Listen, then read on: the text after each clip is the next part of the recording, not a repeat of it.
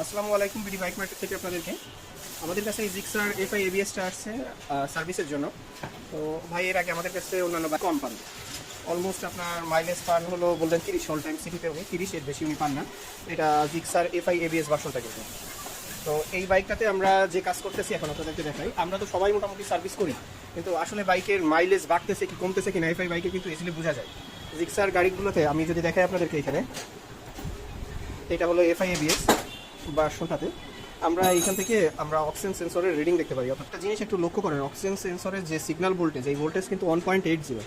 একটা ভালো গাড়ি, যে কোনো একটা ভালো গাড়ি যে গাড়ি একদম ফুয়েল পর্যাপ্ত পরিমাণে খাবে আর কি, তো এই ধরনের ভালো হেলথের গাড়ির অক্সিজেন সেন্সরের রিডিং কিন্তু অনেক কম থাকে, অর্থাৎ আপনার সেটা 0.1 মধ্যে থাকে। 0 থেকে 0.1 মধ্যে এটা ক্যালিব্রেট করতে থাকে, কিন্তু এটা অলরেডি কিন্তু স্টার্ট না থাকা মানে নর্মাল অবস্থায় 1.8 উঠে আসছে। এখন আমরা এই বাইকটাকে স্টার্ট করি, দেখেন এটা কতটুকু ক্যালিব্রেট করে বা এর অবস্থা কী এটা এখানে বোঝা যাবে।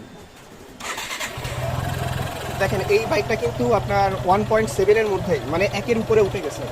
যখন আপনার 1 উপরে এই ধরনের ভোল্টেজ উঠে যাবে, আউটপুট ভোল্টেজ অক্সিজেন সেন্সরে, ঠিক তখনই কিন্তু আপনার এই বাইকের ফুয়েল কনজাম্পশন অনেক হাই হবে। এটা যে কোনো এফআই গাড়িতে একটু প্রথম,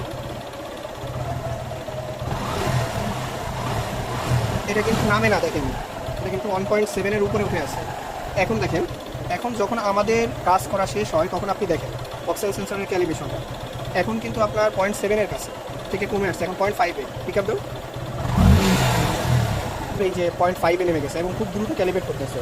0.5 সব 0.5 0.6 একদম এক্সাক্ট না, গাড়ি কিন্তু একদম আপনার স্টার্টিংয়ে নিউট্রালে আছে। চেক ইঞ্জিন লাইট জ্বলে আছে, আমরা টেস্ট করতেছিলাম তো অক্সিজেন সেন্সরের এই জন্য। এখন দেখেন আপনার 0.67।